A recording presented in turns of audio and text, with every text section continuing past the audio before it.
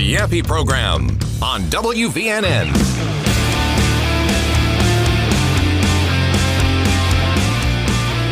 All right, I was looking at some breaking news here. Now, anytime you're talking about what's going on Capitol Hill, go to thehill.com, obviously. But the headline here says, the GOP and Democrats expect a DHS shutdown. This is after talks fizzle. Now, this just occurred to me. Can members of Congress bet at the Kalshi betting site that Dale Jackson keeps talking about, where you can bet on almost anything, and they have a bet on the government shutdown?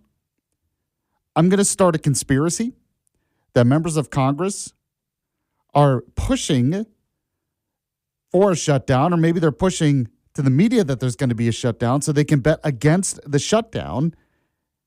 And then they end up making a deal at the last minute. There's no government shutdown, and they win a ton of money on the Kalshi market. And you know what? I'm not sure that's illegal, according to Congress. So I don't think it's actually happening. But, let's go ahead and spread that conspiracy theory out there just for fun. You're listening to the Yaffee program.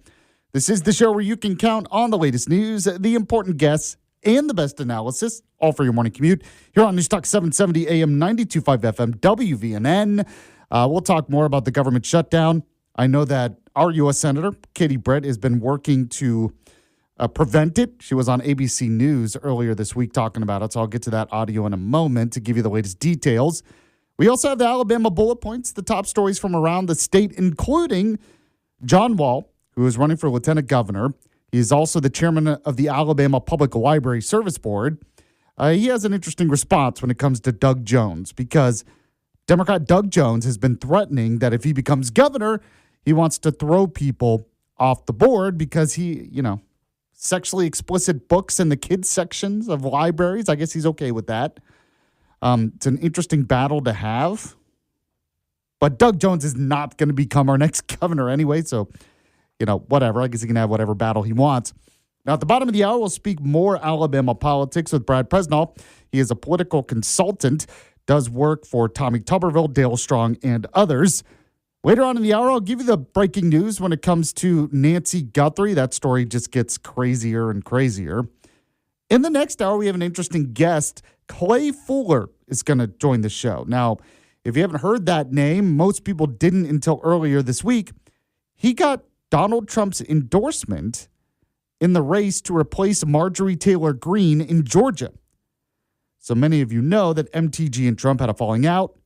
Then MTG decided to resign from Congress. So people are wondering if Trump would still endorse someone. Well, he announced his endorsement of Clay Fuller in that race. So I'm going to talk to him later on in the show. And Walker is here producing once again. Walker is going to do What's Trending later on. Walker, how are you today? It's Friday. I'm doing good. I woke up before my last alarm today, so How many alarms do you set? I set about 5. Do you really? Yeah. So when you say you set 5, is it all on the same alarm, or do you have separate? You have a clock one, and then on your phone. No, it's all on my phone. Oh, okay. See, my alarm is on my Alexa, on the Amazon Echo, and I must snooze it 5 times before I'm yelling Alexa snooze 5 times, which my wife hates. But I just don't want to risk hitting stop instead of snooze. Oh, okay. Yeah. That's smart. I always tell people that work in radio, being dependable and on time is more important than being good at your job. Yeah. If you could even be terrible at your job, but if you're dependable and on time, you're okay in this business. That's just kind of the way it is. All right, let me give people the latest details here on the government shutdown. According to The Hill, it says the GOP and Democrats expect DHS shutdown after talks fizzle. Senators in both parties now expect funding for the Department of Homeland Security to lapse at the end of next week. This is as negotiations over Democratic demands for restrictions on immigration and customs enforcement and customs and border protection fizzle with the GOP. Now, a DHS shutdown would shutter not only ICE and CBP, but also the Transportation Security Administration and the Federal Emergency Management Agency. among other federal agencies housed in the massive department. Now, Republicans are dismissing the Democratic demands to reform ICE and CBP in the wake of the killings of 2 U.S. citizens by federal law enforcement personnel in Minneapolis.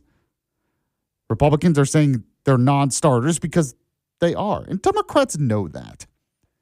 They know that. They know Republicans are not going to agree to ban ICE from polling places, for instance. They know that. So a lot of this is just a game to virtue signal about something before the midterms. They did it with healthcare last year. They decided to pick a new topic, I guess. So this time it's ICE. Whatever. It would have been something else. Now, Senate Majority Leader John Thune told colleagues on the Senate floor that he doesn't see a deal coming together in the next week after Democratic leaders released their 10-point plan Wednesday night for reforming ICE. Says we've got now a week and 1 day time frame in which to do this, which is entirely unrealistic. And the Democrat Party in both the House and the Senate, which seems a lot less interested in getting a solution than they do in having a political issue. I think he's right. I mean, like I said, last year it was all health care. They didn't accomplish any of their goals on health care. And yet now they're not even talking about it. It's not even like an issue with them. So they moved on to something else, knowing that they're not going to accomplish it here either, but they need another thing to campaign on. Now, Katie Britt was instrumental in negotiating a deal to end the previous government shutdown, and so she's trying to get something done again. She was talking on ABC News earlier this week. Go ahead if you can, Walker. Play Katie Britt cut 1 for me. Is there a path to a deal here? Look, I know that Republicans are operating in good faith, and I sure hope that my Democratic colleagues will do the same. At the end of the day, this is about the safety and security of the American people. We have been left a mess because of Joe Biden's open border policies, Lindsay. I mean, when we are looking at what he did, letting countless millions of unvetted people into this nation, it is imperative that we keep our streets and our communities safe. Look, if the Biden administration had done what it was supposed to do, Laken Riley would still be alive today. So would Jocelyn Nungary. So would Rachel Moran, and so many more. So we're putting the safety and security of the American people first. What Republicans will not do is change the law. What Republicans are not going to do is not enforce the law. And so it is really important to remember we are talking about a funding bill here. We had a bipartisan agreement that was a good bipartisan agreement that dealt with even having funding for body cameras and de-escalation training. That's something that Democrats walked away from. 2 important parts to that cut there. One, she had mentioned, this is smart, people that were unfortunately killed by dangerous illegal immigrants, some who came into this country under Joe Biden, which is why Republicans are big on this issue to secure the border, one of the main reasons. But the second part there is interesting too. So according to her, in the original bill, they had de-escalation training and body cameras funded in it, which is what Democrats wanted. So you can make an argument that Republicans were willing to compromise a little bit, do something to get Democrats on board, yet the Democrats still are demanding more. Because, one, they want a political issue to run on, but two, they want to hamper ICE enforcement. That's the goal. They don't really care about safety or whatever. They don't want ICE deporting as many illegal immigrants as they've been deporting. Now go ahead and play Katie Britt cut 2 for me, Walker. Katie Britt cut 2. Look, I believe in the law and I believe in enforcing it. I believe when we have criminal illegal aliens, they have to get off our streets. Lindsay, I believe if someone has been given their due process and they have their final orders of removal, it is time for deportation. And the American people overwhelmingly support that. Look, one thing that we are not going to do is walk away from state and local law enforcement officers and asking them to work with federal agents to actually be able to do those 2 things that I laid out for you. Currently, we have sanctuary cities across this nation that continue to refuse to comply. When they're given an ICE detainer and we have a criminal illegal alien in custody on a state or local matter, they release them back into the public, meaning that these federal agents have to go find them. Where we're having cooperation, you're seeing Tom Homan draw down the number of people there because that is what it'll take to keep our law enforcement officers safe and our communities safe. So, and obviously that's exactly correct. Democrats have to know that they're not going to be able to get Republicans to cave on that or President Trump to cave on that. So what they're going to accomplish here, I don't know.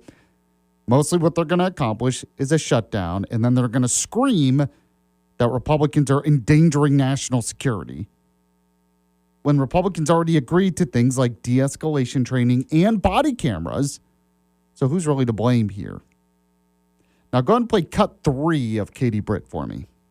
Let's not forget how we got here, Lindsay. We got here because of rhetoric from the left. You think about what they have been saying time and time again about our ICE agents, calling them the Gestapo, encouraging them to get in their face, doxing them and their families. This is absolutely, completely, and totally unacceptable.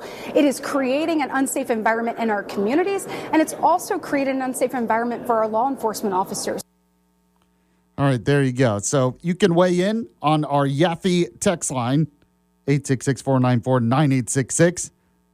Make a bet, I guess, on whether the government's going to shut down because Dale Jackson's obsessed with that, and he's trying. I've been talking about it too much already. He's already tempting me to make a bet. Or you can comment on my conspiracy theory. My conspiracy theory, this is all a game so Democrat politicians can make bets and then win a bunch of money because they're manipulating it. I have no idea.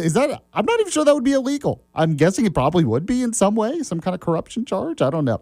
Maybe you can inform me. 866-494-9866, 866-494-WVNN. That's the Yaffee text line brought to you by RegenesisStemCell.com.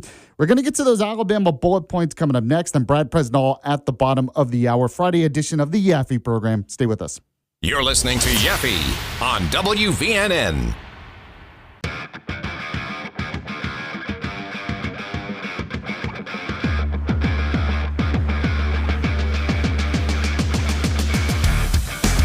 Welcome back to the Yaffee program. I am Alabama's voice of reason, Huntsville's conservative conscience. Don't forget you can get more takes from me, your voice of reason, throughout the day on social media. So you can like the Yaffee Facebook page, follow me on X at Yaffee, or Instagram at Yaffee Live. Now, in a few minutes, we'll speak with Brad Presnall. He is a political consultant. Later on in the show, we're going to speak with Clay Fuller, who is running to take Marjorie Taylor Greene's seat as she resigned from Congress. Clay Fuller has been endorsed by Trump, so it should be an interesting conversation. Right now, though, let's get to those headlines. Once again, we have the Alabama bullet points. Alabama bullet points. Today's headlines from around the Yellowhammer State.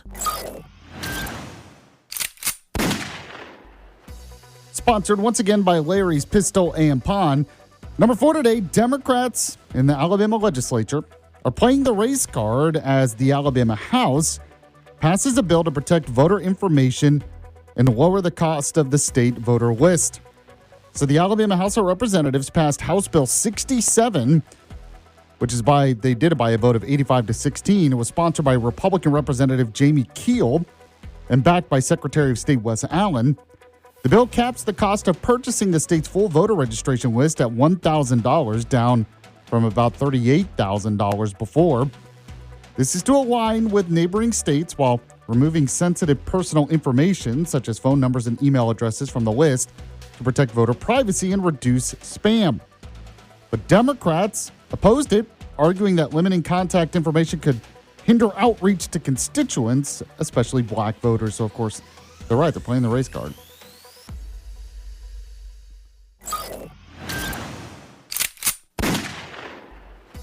Number 3, some good news out of the legislature here. The Senate has passed the Child Predator Death Penalty Act. So the Alabama Senate passed the Child Predator Death Penalty Act following its earlier approval by the House. It was sponsored by State Representative Matt Simpson and State Senator April Weaver. The bill classifies certain severe sexual crimes, specifically first-degree rape, first-degree sodomy, and first-degree sexual assault. Now, it codifies that against children under 12 as capital offenses, making those convicted eligible for the death penalty. So the Senate approved it by a 33-1 vote. Who was the one vote against it? I need to look that up. Now, Attorney General Steve Marshall praised it as sending the strongest possible message. Governor Kay Ivey is going to sign it. But just so you know, this will be held up in the courts because it kind of goes against a previous Supreme Court decision, so they're hoping the Supreme Court will weigh in on it again and maybe overturn their previous decision.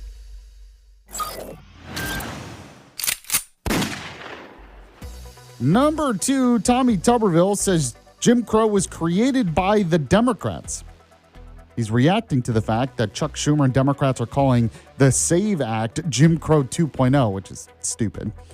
U.S. Senator Tommy Tuberville sharply criticized Senate Minority Leader Chuck Schumer during a Thursday call with reporters. Now, Schumer had described the Safeguard American Voter Eligibility Act, or the SAVE Act, which requires proof of U.S. citizenship for federal voter registration. He described it as a continuation of Jim Crow laws. Now, Tuberville countered by saying, Jim Crow was created by the Democrats, accusing Schumer of hypocrisy and finger-pointing since he is also a Democrat. Now, Tuberville defended the SAVE Act as a necessary tool to protect elections and American citizen votes, citing concerns over alleged fraud like ballot harvesting, illegal immigrants voting multiple times, and other irregularities.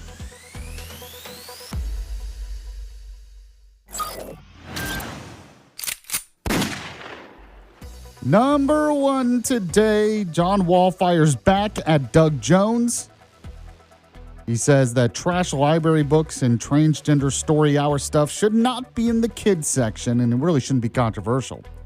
So John Wall, who is the former chairman of the Alabama Republican Party, he is still the Alabama Public Library Service Board chairman, and he's running for lieutenant governor in the state endorsed by Trump, fired back a Democratic candidate and former U.S. Senator Doug Jones over library content disputes. Now, the conflict centers on the board's decision to withhold $43,000 in state funding from Fairhope Public Library for not relocating certain books. Earlier this week, Doug Jones said he wanted to remove people from that board to protect free speech. That's our argument. It's about free speech. The Wall labeled the challenge books as trash, defended protecting children from pornographic materials and perversion, and accused Jones of supporting transgender story hour and explicit content for kids, calling it reflective of a far-left, Biden-loving, liberal elitist mentality. So something I'm going to talk about a little bit later on in the show. I tend to agree with John Wall. Just so you know, and I know Wall has said this, other people have said this, the books are still available. One, if a parent wants to buy it, they can buy it. They can get it at a bookstore. But beyond that, if a parent wants to check it out, they can still do that at the library. So if they really want their kids to see this trash, they could check it out and have their kids read it if they want. The only thing that they're asking here is that just remove it from the kids section, because some of this stuff, it's not appropriate. So they don't want kids to stumble upon it, which seems to make sense. But you have those who want to radicalize the next generation into believing things like the transgender radical ideology nonsense. They want it there in the kids section, and they want to claim it's censorship. Libraries, schools, even bookstores have always curated books in a certain way because we have always understood that some things are not appropriate for children. This is no different. It's just you have some on the left who have decided to move the goalposts here and make more things available for children to, like I said, radicalize them. So if you want to comment on that, you can. Brad Presnall is going to join me in the next segment. Right now, got to tell you about the sponsor, Larry's Pistol and Pond. They're located in Madison. So you're driving on 565. You see the big rusty water tower right there off exit 3. And then you know you're close because Larry's Pistol and Pond is right next door. You really can't miss it. 18,000 square foot facility. You can see the big sign. You'll notice the parking lot's probably pretty full because it's a very popular place. And Valentine's Day is coming up, and I keep telling you, you can step it up this Valentine's Day. If you want to get your wife, your loved one, some jewelry, they have a great selection. Or even you, if you want to get your husband something nice, they have watches, men's jewelry as well. Or, they have new and used firearms, accessories for those firearms, cases, ammunition. So much to shop for at Larry's Pistol and Pawn. And you can put things on a layaway. Or if you need, if you want to pawn or sell something you have a value, you can do that there as well. So go to Larry's Pistol and Pawn, another location in Huntsville off North Memorial Parkway. And as always, check out the website for the latest deals, pistolandpawn.com. pistolandpawn.com. Let them know Yaffee was the one who sent you. We'll be back. The Yaffee Program. You didn't start a business just to keep the lights on. You're here to sell more today than yesterday. You're here to win. Lucky for you, Shopify built the best converting checkout on the planet. Like the just one tapping, ridiculously fast acting, sky-high sales stacking, champion of checkouts. That's the good stuff right there. So if your business is in it to win it, win with Shopify. Start your free trial today at shopify.com/win. Dan Bongino returns. It's real. You better produce something fast. And he's not holding back. Dan, that's backwards. No, I'm telling you the truth. Hard truths and a bold perspective no one else can offer. You may not hear this anywhere else. I'm always under the assumption that you're being played, we're being played. Man, this show continues to expand its footprint, and I love you guys for it. It's the comeback everyone's been waiting for. If there was ever a time, it is this one. The Dan Bongino Show. Follow and listen on your favorite platform. Partner. Financial aid is available to those who qualify, including VA benefits. You're listening to Huntsville's Disinformation Board. Alabama's Truth Czar is back on WVNN.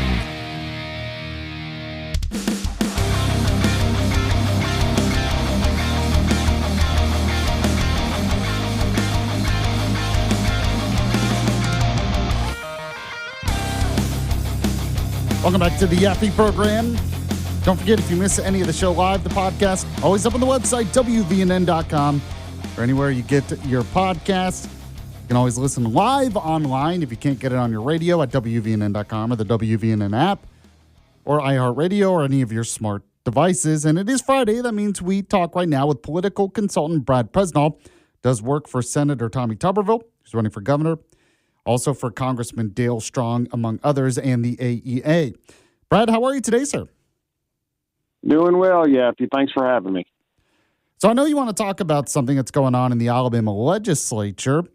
So Representative Lands apparently said that America should call Mexico and ask them what they think about us changing the name to the Gulf of America. Is this a courtesy call? Is it that he's not happy with this? What is this? Yeah, I heard what Representative Marilyn Lands said about asking Mexico what they thought about the renaming of the Gulf of Mexico to the Gulf of America. And Yaffee, the way she framed the statement and her follow-up statements actually made me do a double take. Here are those two statements. The first thing she said was, so has anybody talked to Mexico? Has the president talked to Mexico? And then she followed it up a few minutes later with, well, I'd like to see us talk to our friends across the border before we do things. And Yaffee, this is, I think, where Republicans and Democrats really differ on foreign affairs and the mantra of what America first really means. I don't think Representative Lands said this with any malice. I just think that is the way that most Democrats feel. They think America should ask a foreign country what we should do about everything, including renaming the Gulf of Mexico to the Gulf of America. And they should ask foreign countries what they think about our own affairs. And conservatives, we believe in the American First agenda, which means we do what benefits America first, and we decide what benefits our own country through our elected officials and leaders. And frankly, talking about Mexico being our friends, I would not refer to the Mexican government as our friends. This is a government who has stood by for decades and allowed drugs to be pumped across our border. They've allowed our citizens and caravans of people, allowed their citizens and caravans of people from Latin America and all over the world to use their country as a physical pathway to walk over the border illegally into America. And this is a country who is hand in glove working with the Chinese to poison American citizens with fentanyl. And lastly, this is a government who refuses to tamp down on the drug cartels, and many believe that they work with the cartels to undermine America. So I don't think I would refer to them as being our friends when discussing debate on the Gulf of Mexico versus the Gulf of America tag or anything for that matter. Yeah, it's an interesting point you make on their philosophy and how it changes and how it's different from ours, because you're right. Not only do we believe in America first, but we believe in American exceptionalism. And unfortunately, there are just a lot of Democrats, they're uncomfortable with that kind of language, right? Oh, absolutely. I mean, I think you can look at the ICE situation now with the way they're protesting and what the singer Billie Eilish said the other day at the Grammy Awards.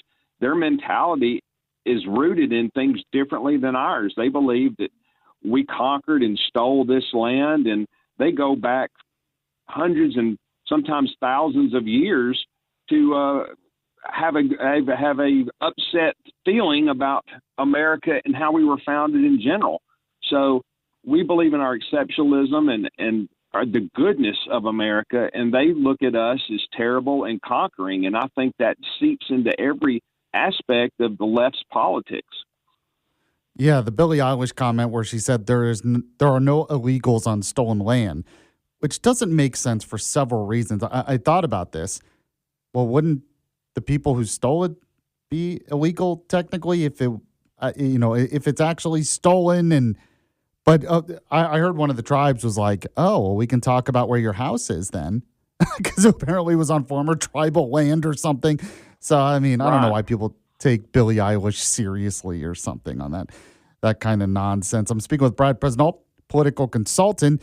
Now, moving on to some national news, everyone has been talking about Savannah Guthrie's mom, Nancy Guthrie, apparently abducted from her house in the middle of the night.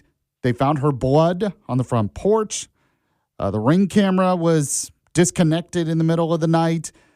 They say they want to believe she's still alive. The police chief says they don't have a suspect right now. They're doing everything they can. There have been a ransom note was set in, but it's hard to tell yet if it's a legit ransom note, and there's some reasons to doubt its legitimacy.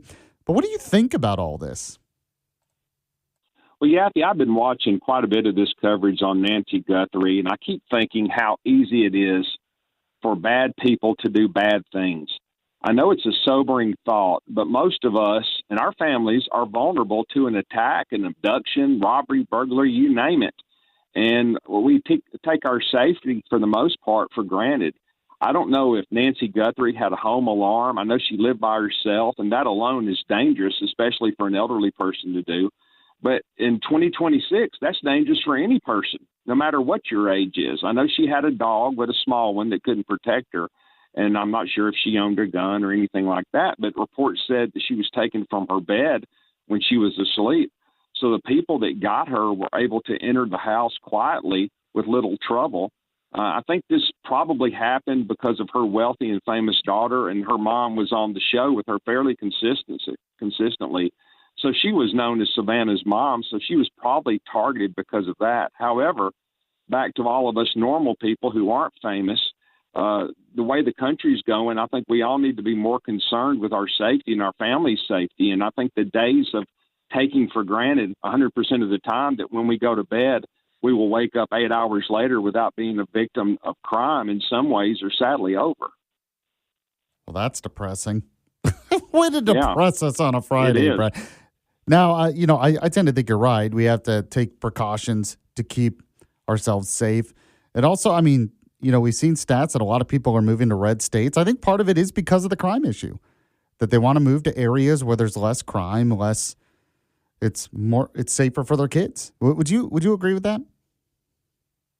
I would agree with that. And that basically gets down to a couple of things. I think police departments are more aggressive in red states. And also we have to really peel it back and look at the judges.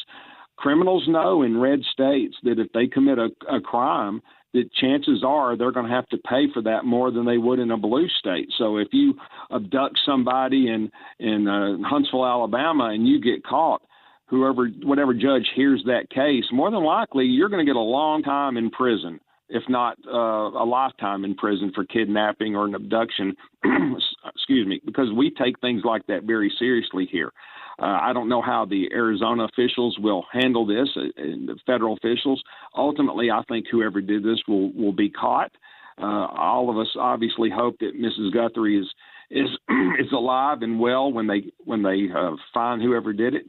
It's a sobering thing. It's hard to watch on television. I think we all put ourselves in the Guthrie's positions about our mother being abducted and how we would feel about it. So I hope this ends well, and I hope it ends quickly. And as far as I know, she was actually in a safe area So, sometimes it doesn't even matter, like you said. So you don't think it was maybe a family member or something? They're not ruling out anything, but you actually think the chances are it was someone who kidnapped her because she's famous, or at least related to someone who's famous. I think with law enforcement now, we've seen so many family members and people close to others that commit crimes, and I think almost by default, those people are looked into quickly at first, to basically mark them off the suspect list and go outward. I think that's probably smart, but you have to wonder, with Tucson being so close to the border. I think they said it's 50 or 60 miles or so from the Mexico border. The way the cartels come across or have come across freely over time, and I know the president has not gotten all the bad people out of the country, obviously. I just, that was a thought that came across my mind. But we're seeing all these reports about letters coming in, emails or whatnot about Bitcoin. They found out that'd be a fraud, and they've had some other things come in. At this point, I don't know what's true and what's not true. And probably they're having to be very discerning on what they take seriously, because obviously anything that comes in is talking about a ransom has to be taken seriously, because you have no idea who's doing it or what's going on. So I'm sure the FBI and the investigators in Arizona are really having their work cut out for them right now. Speaking with Brad Presnall, political consultant. Before I let you go, Brad, I am curious, do you have any thoughts on this potential for a DHS shutdown? Democrats putting out 10 demands that they want to reform ICE, knowing that Republicans are not going to agree to all of those things. And then John Thune comes out and says, look, he thinks it's going to be a shutdown. So we're back at this again, believe it or not. Now, it won't be the whole government, just Department of Homeland Security. But Democrats probably like that because they want to blame Republicans for threatening national security or something. But what do you think? One, do you think there will be a shutdown here? And then what are your thoughts about it?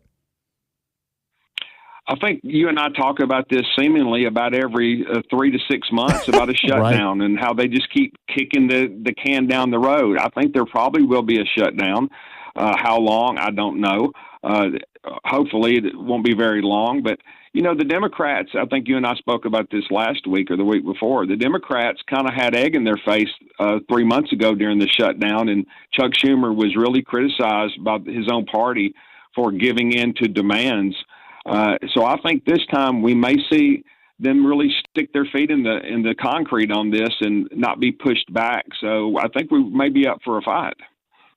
Yeah, that's a good point. I feel like a lot of this is just purely political to try to get something to get attention for the midterms, because they're not even talking about the healthcare issue. I keep bringing that up, but it amazes me. The shutdown last year was about healthcare. Nothing changed, yet they're not even bringing it up again. So I'm like, they're just trying to find the next thing. It's just kind of crazy. Brad Presnall, political consultant, joins me every Friday on the show. Brad, always appreciate you coming on. We'll talk to you again next week. Thank you, Yaffee. All right, there you go. If you want to react, we have our Yaffee text line, 866-494-9866, 866-494-WVNN, brought to you by Regenesis Stem Cell Center. I want you to go to regenesisstemcell.com right now. Make an appointment if you are experiencing knee, back, neck, elbow, or other joint pain. Maybe you have arthritis, osteoarthritis. Stem cell therapy, it's a proven alternative to orthopedic surgery. I dealt with back pain for years. I'm like, am I going to have to get back surgery? And that can always be risky. It can be dangerous. Doesn't always work. And then I heard about Regenesis Stem Cell Center. Non-invasive surgery. I was back to work the next day, and it changed my life. It can speed healing and regeneration in your body without the need for anesthesia, lengthy downtime, or a surgical wound. So I want you to give them a call today at Regenesis Stem Cell Center, 256-715-8193, or go to regenesisstemcell.com, regenesisstemcell.com. When you do, let them know you heard about it from Yaffee. We'll be back in a moment on the Yaffee program. It's the Yaffee program on WVNN.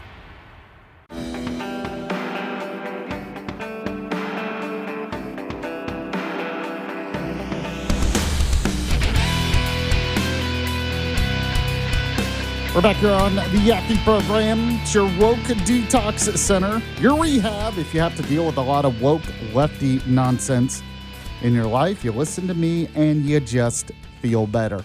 So one of the texters said, it's going to be okay. And so I try to give you that feel. It's going to be okay. Coming up in a few minutes, we're going to speak with Clay Fuller. Now, he is running for Congress in Georgia, but I wanted to bring him on because he's been endorsed by President Trump. He is the person wanting to replace Marjorie Taylor Greene.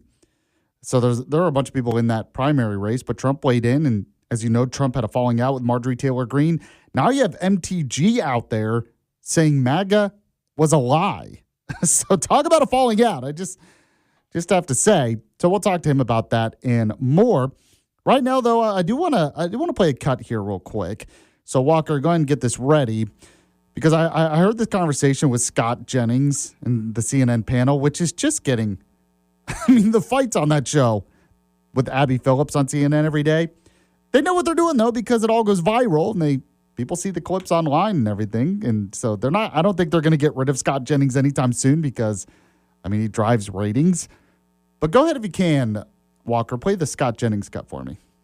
Would you advise someone, even if they're very angry, even if they don't like the laws, to insert themselves into the middle of an active law enforcement situation? If they see something wrong, absolutely. You would advise a person or a client of yours to literally engage in the middle of an active law enforcement matter? If they see something wrong, I would say yes. I would say definitely that's a crime. I would say put your. It is a crime to interfere with law enforcement. You're advising people to commit crimes. What I'm advising do you people, consider filming with a phone?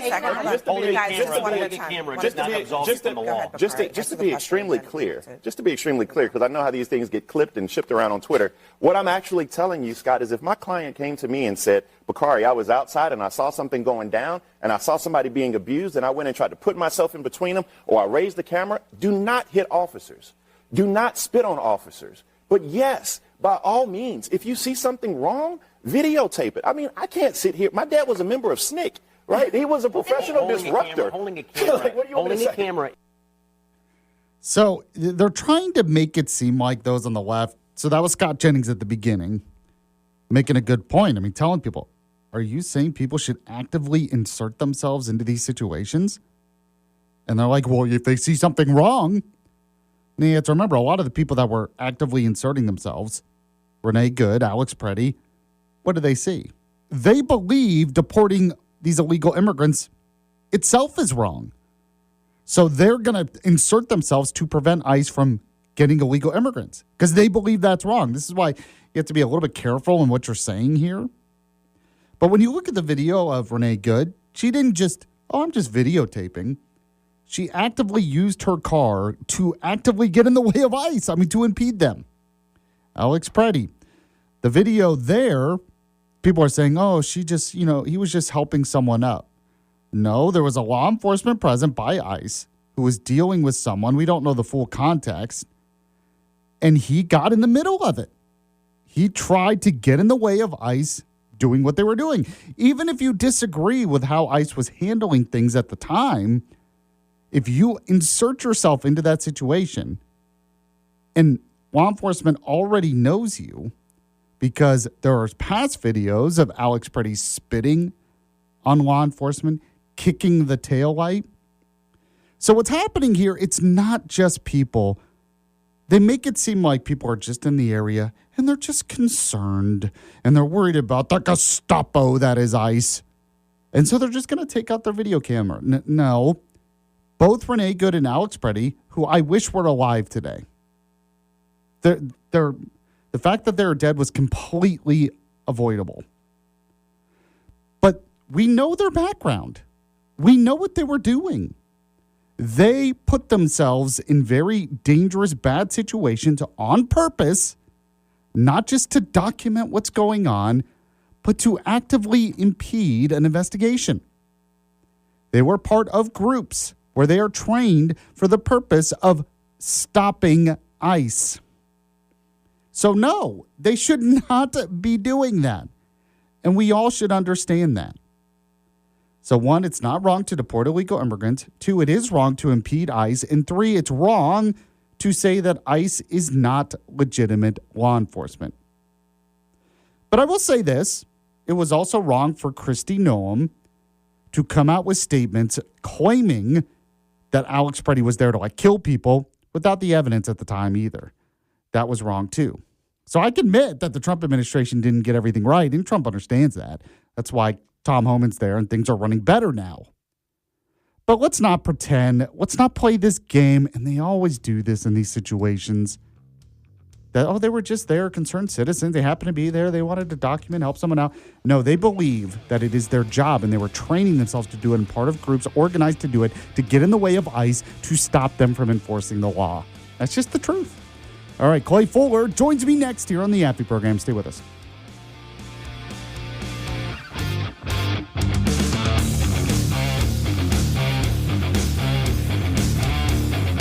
You're listening to Yaffee on WVNN.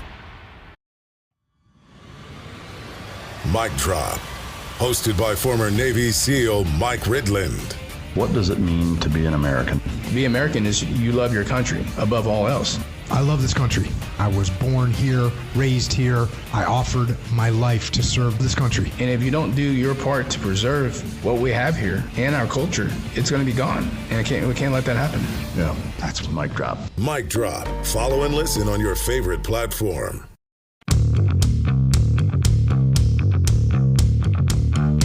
The Yaffee program on WVNN. Second hour, Friday edition of the Yaffee program. Glad you've joined me today here on News Talk 770 AM 92.5 FM WVNN. You can always catch the podcast if you missed the show live at WVNN.com, Spotify, Apple Podcasts, pretty much anywhere you get your podcasts. So here's a truth social from President Trump, just in case you missed it.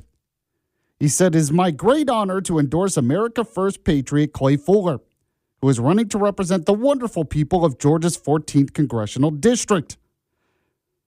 He said, "As District Attorney for the Lookout Mountain Judicial Circuit, an Air National Guard officer, Clay knows the wisdom and courage required to defend our country." Now, skipping a little bit here, he said, "Clay Fuller has my complete and total endorsement to be the next representative from Georgia's 14th Congressional District. He will not let you down."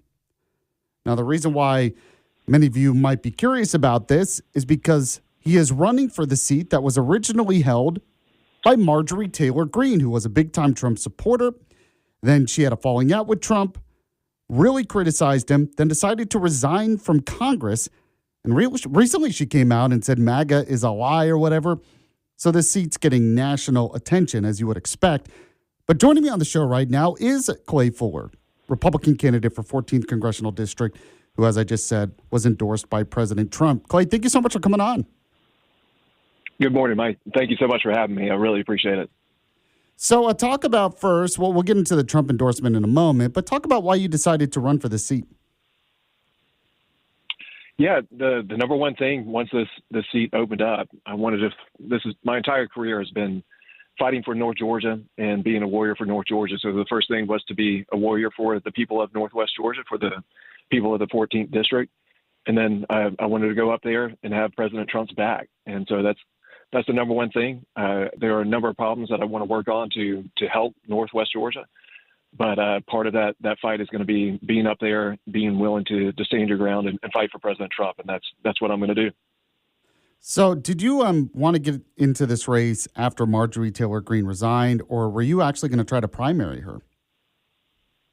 No, my job, I was the elected district attorney for a 4-county circuit for Catoosa, Chattooga, Walker, and Dade counties. And my focus had been trying the toughest cases in my circuit. So I was dealing with murderers and rapists and putting child molesters behind bars for life sentences. That was my focus, being in the courtroom, winning cases, and leading our team. So I really wasn't paying attention much to what was going on in D.C. because I was just focused on making the Lookout Mountain Judicial Circuit the safest circuit in the country. But once I saw the news, a lot of people started reaching out to me and started getting some ideas that maybe this would be something that I'd be interested in doing, just because so many of the problems that I was facing as district attorney could be solved if we had leadership at the federal level. And I have a national security background as well. I'm a military officer, lieutenant colonel in the Air National Guard, and there's a number of national security issues that I want to work on. I have a 14-year-old daughter and a 9-year-old son. I want to long-term make sure that they're not ending up in a war in the Pacific. So I want to support President Trump in countering China. So those were the major factors that made me start considering jumping into this race. So you talked about some of the international issues, but you also mentioned there were things you were seeing as district attorney that could be solved in Washington. Can you give me a specific example? Yeah, absolutely. So over the 4 years of the Biden administration, we saw an increase in our fentanyl overdose deaths. We saw criminal, illegal gangs coming into our community because there was a wide open border during the Biden administration. And over the course of the past year, as President Trump said, all we needed was a new president. And I started to see the border getting secured. I saw the illegal criminal gangs being removed from our communities. And I actually started to see in my own judicial circuit, I started to see fentanyl prices increasing, which meant the supply was going down. And I was seeing less and less overdoses. And the thing that I felt strongly about is we need people on Capitol Hill who can articulate those problems that small town communities are facing and fight and support what the president is doing. Because you see what's happening in Minneapolis, Minnesota. They're trying to undermine the ICE mission. And it is literally saving lives in the judicial circuit where I represented. And I want to make sure that that voice is heard and that story is heard. So those were the major things that I saw. It was having a huge impact and saving lives, and we needed people on Capitol Hill who are willing to make that argument and win that fight. It kind of reminds me when Trump said, and other Republicans were saying, every town now is a border town. When under Biden, it didn't just the wide open border doesn't just affect what happens at the border itself. It was happening all throughout the country, which is why now we need ICE to do these operations all across the country. You're exactly right. I mean, there's no greater example in Georgia than the Lake and Riley case. And my job as district attorney and my fear, if President Trump hadn't won, was that I'd have a Lake and Riley in my judicial circuit. And I would have done everything I could to ensure that individual was held to the highest penalty under the law, and we'd pursue the death penalty.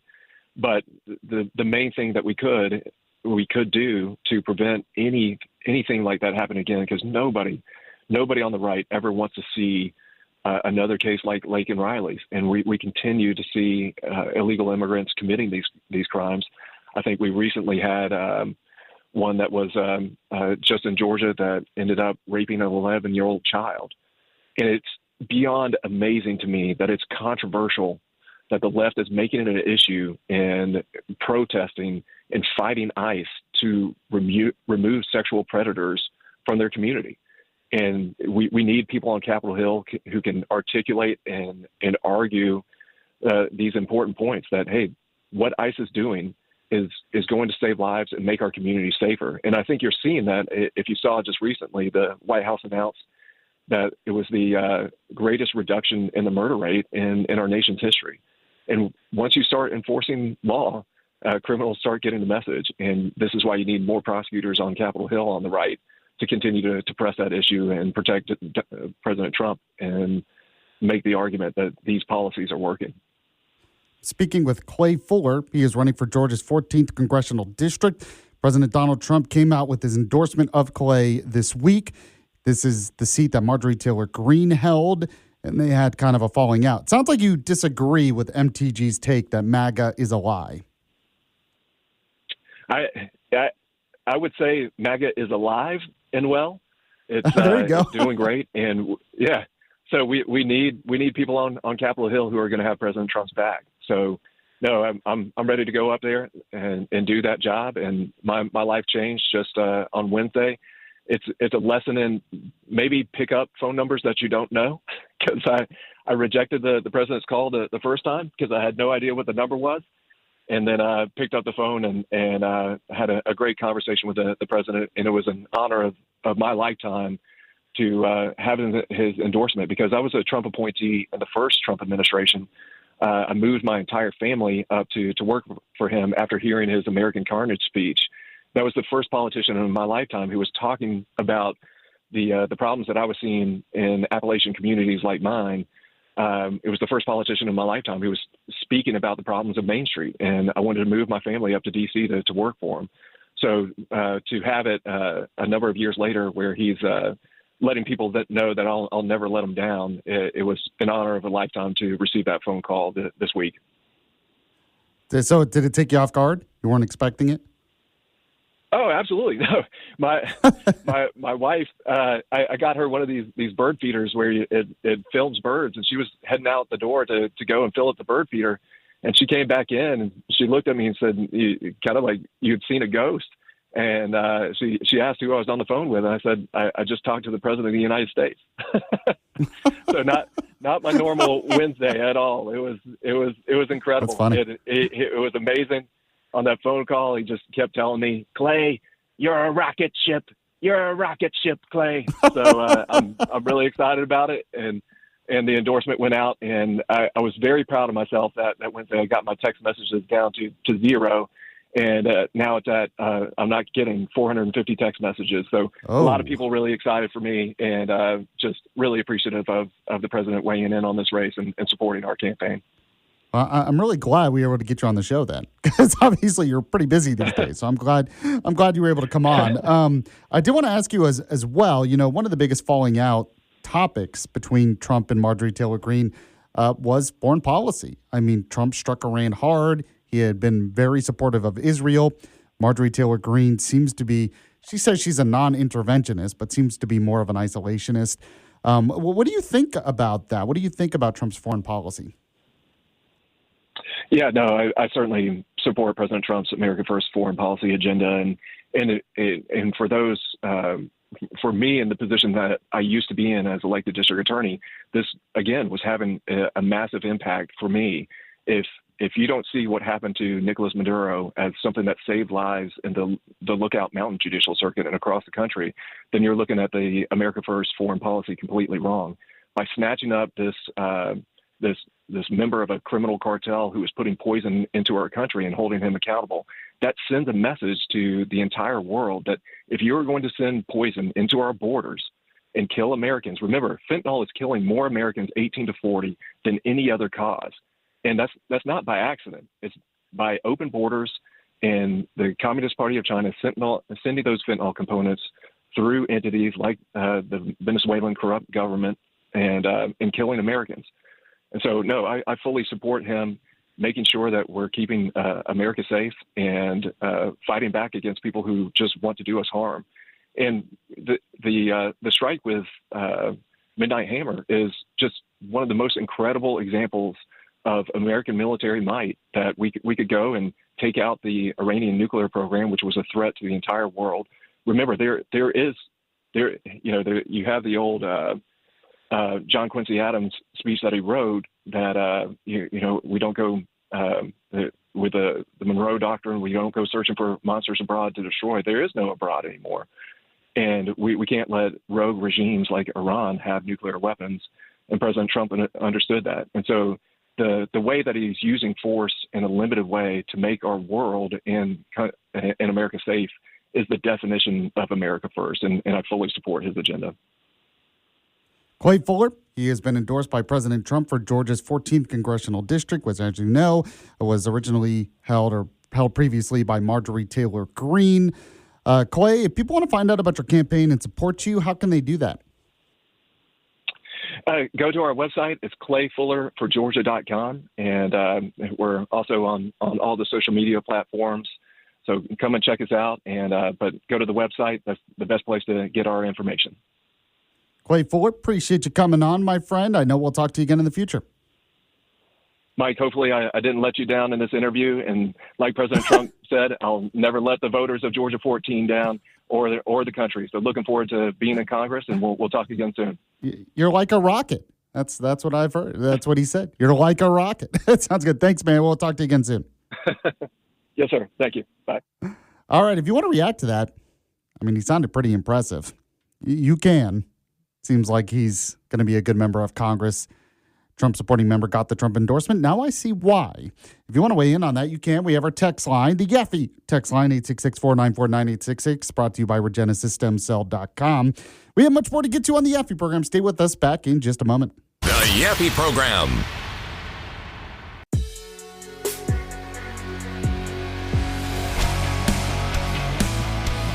Welcome back to the Yaffee program. News Talk 770 AM 92.5 FM WVNN.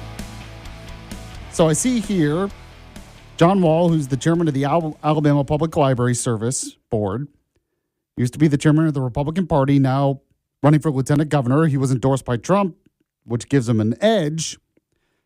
He responded to something that was said by Doug Jones.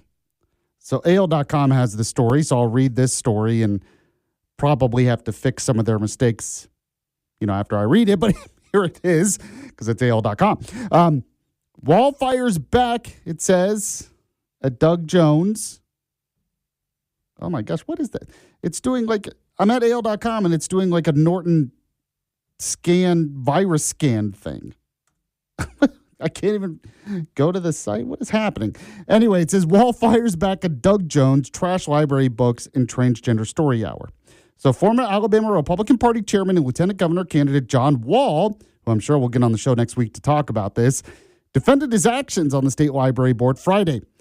Wall argued that Democratic gubernatorial candidate Doug Jones should spend more time listening to parents he says are horrified by pornographic materials children are encountering in libraries. Now, Wall's comments came in response to a podcast by Jones, who said that if elected, he would appoint the state library board members who have common sense and are not driven by some crazy political agenda that we see constantly. So I'm going to read actually the full thing of what Doug Jones said. He said during his Doug Unplugged live stream, get it? Because it rhymes, Doug Unplugged. He said, the first thing that I can tell you I would do as governor is I'd get rid of a few people on that library board and have some people with some common sense and not some crazy political agenda that we see constantly. And so that they can work with public libraries to make sure that folks have access to information. Now, I reported before that when they decided to not give state funding to that Fairhope Public Library because some of the books in the kids section that they refused to move, John Wall, in that meeting, read an excerpt from one of the books. I cannot read that on the air. Cannot read that excerpt on the air. I'm thinking if it's that bad where I can't read it on the air without getting fired, FCC violations, then it's probably not appropriate to be in the kids section of a library. Just throwing that out there. Don't think that should be too controversial to say, but that's where we are. So John Wall responded to this, and I'm going to read here what he said. He actually sent this to me like 4 o'clock in the morning or something. It's like, John, go to sleep. I know you're running for election, but go to sleep. But he said, Doug Jones is completely out of touch with reality and the people of Alabama. Maybe you should spend a little more time listening to the parents who are horrified by the pornographic materials their children are stumbling across in some libraries before making judgment. Alabama families don't want their kids exposed to this kind of trash, and anyone who has actually reviewed these books understands exactly why. Frankly, the live stream should have been titled Doug Unhinged instead of Unplugged. Oh, okay, that's clever, I guess. This just shows the far-left, Biden-loving, liberal elitist mentality Doug Jones stands for. He actually believes that exposing young children to transgender story hour and pushing books filled with sexually explicit passages and graphic images is normal. It's not, it's perversion. So I'm reading the statement from John Wall here. It continues on. He says, public libraries should be places where children can roam freely and explore new worlds through the simple joy of reading, not places where parents are forced to constantly worry about what their children might be exposed to. Luckily, Democrat Doug and his woke supporters won't get the chance to use our libraries to indoctrinate children because I have every confidence that in November, Coach Tuberville will beat him like a peewee team playing in the NFL. Okay, didn't hold back there. Look, this is one of those things where Democrats, I told you one reason why Trump won, one reason why you can't make progress in Alabama is because of stuff like this. A rejection of the radical left. I know Trump won in part because of the economy, but I really believe it was big part because the American people rejected some of the radical left stuff, not just in the economy, but also in the culture. And this is a part of that. And as I mentioned earlier on in the show, it's not a new thing to require libraries or schools, even bookstores do this, where they curate their sections based on what's appropriate for different ages. And these books are not completely banned. They just have to be moved to a different section. So if a parent really wants to indoctrinate their kids in this stuff, they have to check it out. Really doesn't seem like too much to ask. And as I said, if I can't read the book on the air because it's so bad, probably should not be in the kids section. Should not be too much to ask, but I guess it is for the Democrats. All right, got What's Trending coming up next here on the Yaffee program. Stay with us.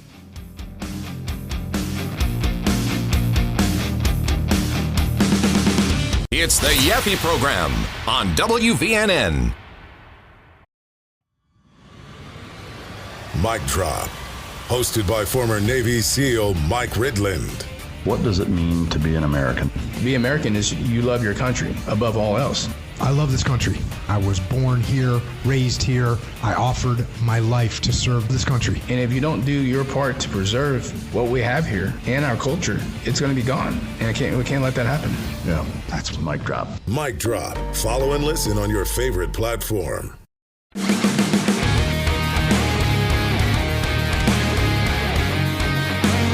News Talk 770 AM, 92.5 FM, WVNN. We are back here on the Yaffee program. By the way, after the show, still a great lineup throughout the day. So you have the Vince Show, that's on till 2. Right Side Radio, that's on till 5. Markle Vin, that's on till 8. And the Daily Controversy, 8 to 10 p.m. with Christopher Reed. So stay with us throughout the day. That's what you got to do. Right now, we're going to get into What's Trending with Walker. Keeping you up to date with all that's trending in your world. Oh, they have the internet on computers now. You guys know how to post videos to Facebook?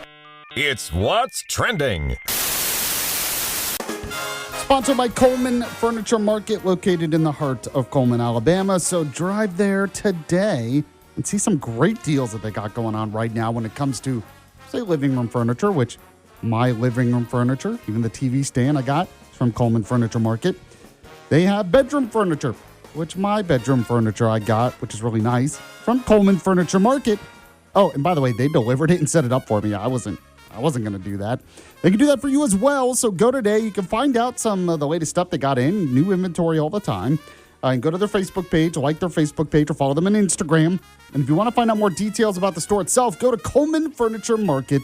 But better yet, like I said, go shop at the actual store in the heart of Coleman, Alabama. They have the latest trending in furniture. When you go there, let them know Yappy was the one who sent you. All right, Walker, what's number 5 today? Number 5 is Starbucks has a new limited edition chilled range. Go on. I'm interested. I'm listening. It's supposed to call to mind summer vacation. The first flavor of chilled coffee is Summer Escape Pistachio. The pistachio thing's really popular now. I don't really know why, but okay. I don't know what it has to do with summer, but hopefully it tastes good. That's a good point. Yeah, I don't know either. And then Sip of Joy Frappuccino caramel brownie flavor. Okay, that makes sense. That sounds pretty good. Well, caramel brownie for summer? Well, I don't know why. Yeah, I don't know why that's summer, but it still sounds good. I'll take a frappuccino caramel brownie. I would try one for sure. Is that it? Is there any other ones on the list? That was the only 2 on the list. That's their big summer bash? Yeah. All right. I think I'll stick with my cold brew for the most part, but okay, whatever. What's number 4 today? Minute Maid is discontinuing their frozen orange juice concentrate.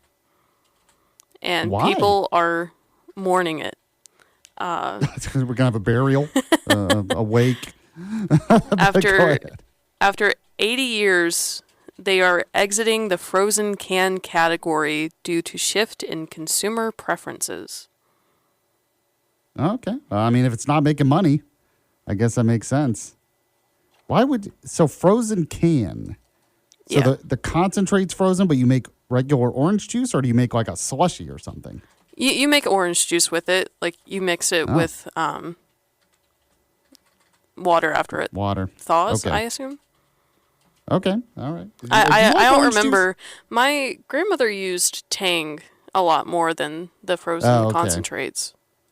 Remember Sunny D? I think it's still out there. Do you ever drink Sunny D? Never. Never? I will. More my generation. I'm technically not supposed to have orange juice, so I kind of avoid anything similar to it. Oh, okay. Okay. Well, I was gonna say, are you allergic to citrus? Is that why? It's really just orange juice that seems to affect me. I don't think I've ever heard of that. Someone allergic to orange juice, unless they're allergic to citrus. Totally. Huh. All right. What's number 3? Number 3, Draco Malfoy has become the face of the Chinese Lunar New Year because the translation of his name in Chinese contains the words for horse and fortune. Oh, okay. Draco Malfoy. Who is that again? I should know that. That is the Harry Potter character played by Tom Felton. Oh, okay. Okay. See, I'm not a Harry Potter person. Are you a Harry Potter person? I love Harry Potter. Okay.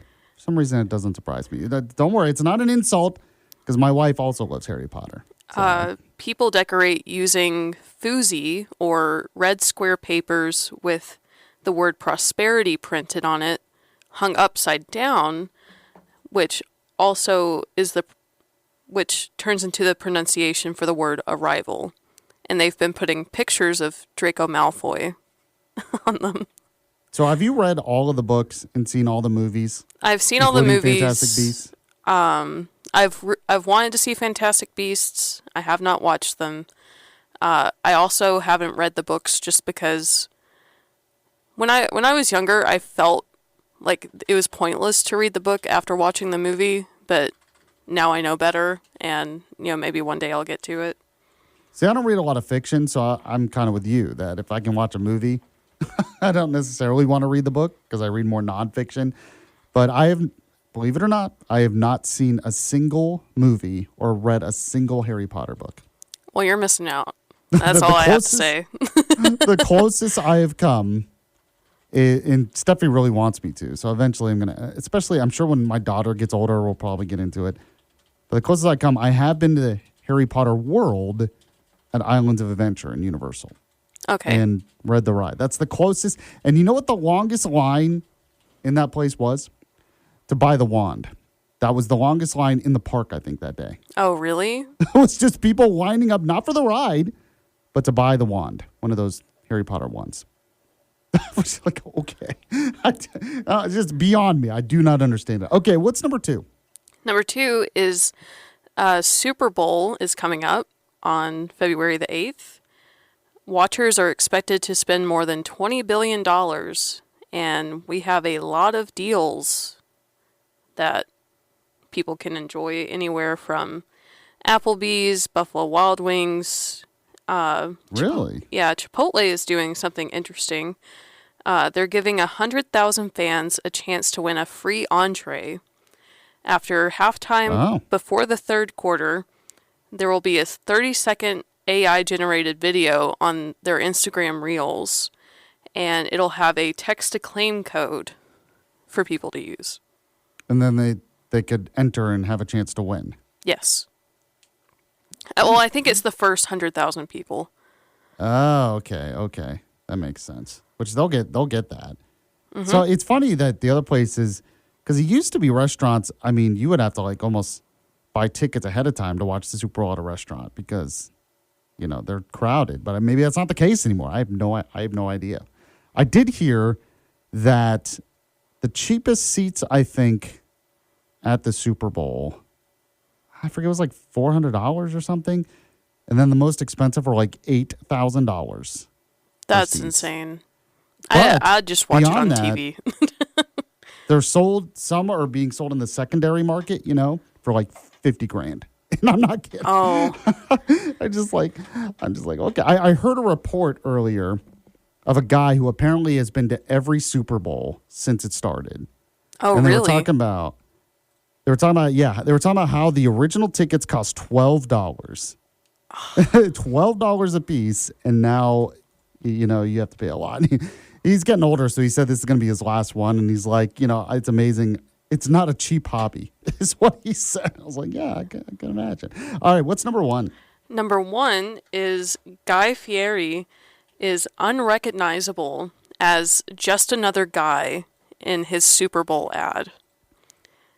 Oh, why is he unrecognizable? I sent you a picture of him. Oh, you did? Okay. Oh, my gosh. Yeah, brown hair, clean shaven, wearing a plaid button up. He's the New Balance shoes dad look. I was about to say he's going for the dad look. His wife didn't even recognize him. Yeah, I'm like, I can kind of tell it's him, but you're right. He looks like what he probably would look like if he was a dad in the 50s. I agree. If he grew up in the 50s, he would probably look like that. Yeah. In his Super Bowl commercial, it's for Bosch appliances, and he's transforming back to Guy Fieri as he's using their appliances.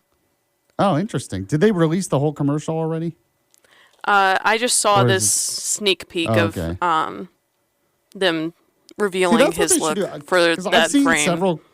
I've seen several commercials already, and it hadn't even been, the Super Bowl hasn't happened, but they put them all online. So I'm like, a sneak peek is a much better way to do it.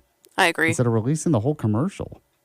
That's a good approach if that's what they did. But there's a funny one with Jurassic Park and Xfinity that I saw. There's a Pepsi one I saw.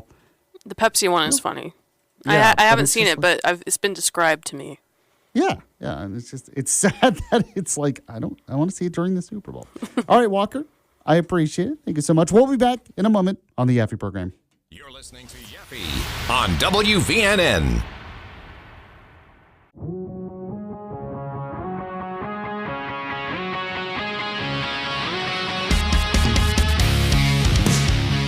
Oh, great. I'm seeing now. Welcome back to the Yaffee program. I'm seeing now that there's another controversy dealing with Trump. Oh, would you guess? It's something he posted on social media. Yeah, no policy. It's not really a policy thing or anything else. The controversy is, once again, him posting something on his social media. Surprise, surprise. It's already stirred up the hornet's nest here. I saw this at the Hill as well. So Senator Tim Scott, who's a Republican senator from South Carolina, he's a Trump supporter, but he calls the Obama's video shared by Trump the most racist thing I've seen out of this White House. So apparently Trump posted a video, and it says here, the only black Republican senator on Friday sharply rebuked President Trump for posting a clip depicting former President Obama and former First Lady Michelle Obama as apes, which, yes, that's pretty racist, saying it's the most racist thing he's seen of the White House. Now, he's responding to a news report on it, but just so you know, it looks like this is one of those things where we're not hearing the full story from the media. So this just popped up here. But Trump apparently posted a video, and it's a long video, about election fraud in Georgia or something. And apparently at the end, in the video that Trump shared, it auto-scrolled to a different video for a second. So I don't know. Trump is still the president of the United States. He should still know better. But when you actually watch the video now, I see what it's talking about. It's just, he's obviously sharing it because it's a long video about election fraud, which I don't even agree with Trump on everything with the election fraud stuff, but that's a whole nother story. And then for some reason in the video, it just like auto scrolls. And for like a second, you see, it's Obama. It's the Obamas, their face over 8 bodies or something. All right. So just Trump just not being careful on Truth Social. But some people are already claiming that this story is a hoax because they're saying Trump obviously, the video that he is posting obviously has nothing to do with that. And it's just something that was there for a second. And Trump wasn't paying attention. I don't know. A lot of people are already coming out and saying that it's racist, which obviously, yes. That part of the video is pretty racist. It's hard to deny that. Oh, my gosh. So now I'm seeing, okay, so whatever this, Sorry, this is all like breaking news here. So apparently the video Trump posted, it was a video of a clip on election fraud. But whoever posted that original video that Trump shared, in that it accidentally scrolls to another video, auto scrolls, which can happen on the apps, to a part of a video just for a second that depicts Obama and Michelle Obama as apes. Now, apparently that video is part of another video, and that video is pretty racist. I saw that Steven Crowder was posting about this. It says, if you want to take the video in its full context and say that's racist, fine. He said, what's stupid is deliberately re-uploading something out of context to mislead people to believe that Donald Trump personally created and uploaded a racist screen capture when that wasn't really a part of the original video. So I'm merely pointing this out because you're going to end up hearing about it. There is no doubt that the mainstream media, the propaganda press today, they're going to be talking about this nonstop. And I guess in the original video, it's like a spoof on the Lion King, so it has Trump as a lion or something. So, but I'm already seeing everyone on social media talking about this.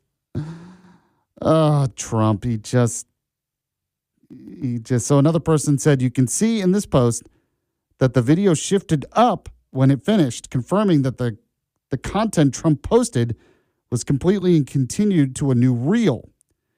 He said, I have also attached the original video that played right after.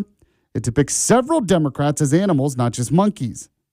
The election fraud video was the intentional video. The 2-second clip with Barack and Michelle being depicted as monkeys is entirely separate. He said, this is disingenuous. The White House has to start allowing to help with breaking narratives.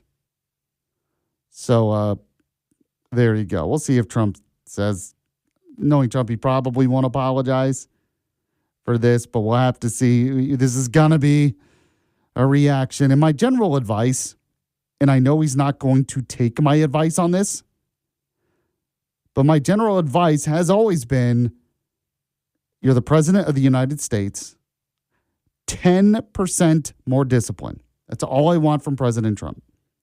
I don't want him to change completely. I understand he gets a lot done because he is Trump and he can do things that are different. But there has been an argument to be made for a long time that with just 10% more discipline, he could avoid stuff like this, whether it's making fun of Rob Reiner after he was killed or posting videos without watching the whole thing, and then something like this is a part of it, which he probably didn't even realize. And that can be avoided with just 10% more discipline. Now, I do want to mention here real quick, I had this story at the top of the show, and I'll just kind of mention it again. They are expecting a partial government shutdown, which would be a shutdown of Department of Homeland Security.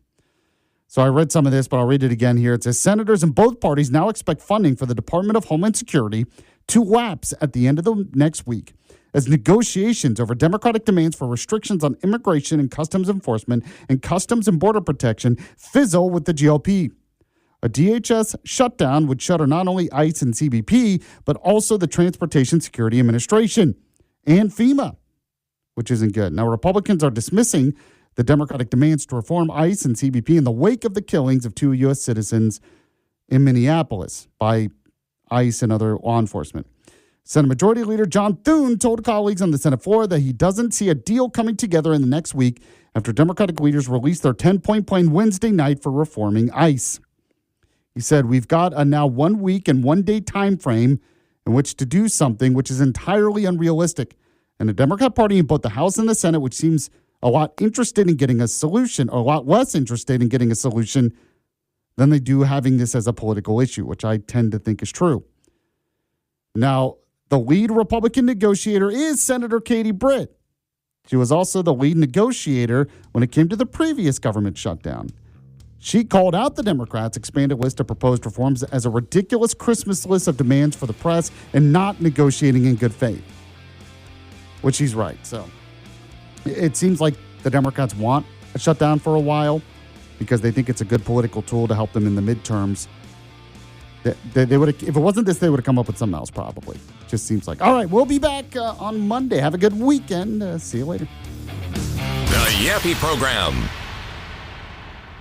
Start your day with the morning jolt of Drake C. Toll. You've never been a football coach before, so you're not allowed to talk about this. No, I can have burnt mozzarella sticks and say the chef's not working. Then Black and Abdallah. Adam Abdallah. That's what we do. We rank quarterbacks. Fired. Okay. And Westwood One Sports Night caps it all off. I don't know how they're going to win, but they're going to win. We're open all night here on Westwood One. Westwood One Sports Talk. Follow and listen on your favorite platform. It's the biggest game on the planet, and nobody breaks it down like Jim Rome. Super Bowl run. Who do you think will be the last one standing this year? Fearless debate and the best callers in sports. I don't care what you say, defense wins Super Bowl. That defense absolutely is Super Bowl caliber. The quarterbacking sure as hell wasn't. He's the Spitfire of sports smack. A lot to get to, and I'm not sure you're going to like all of it. Honestly, I don't even care if you like all of it or not. I have a job to do. The Jim Rome Show. Get up in here. Follow and listen on your favorite platform.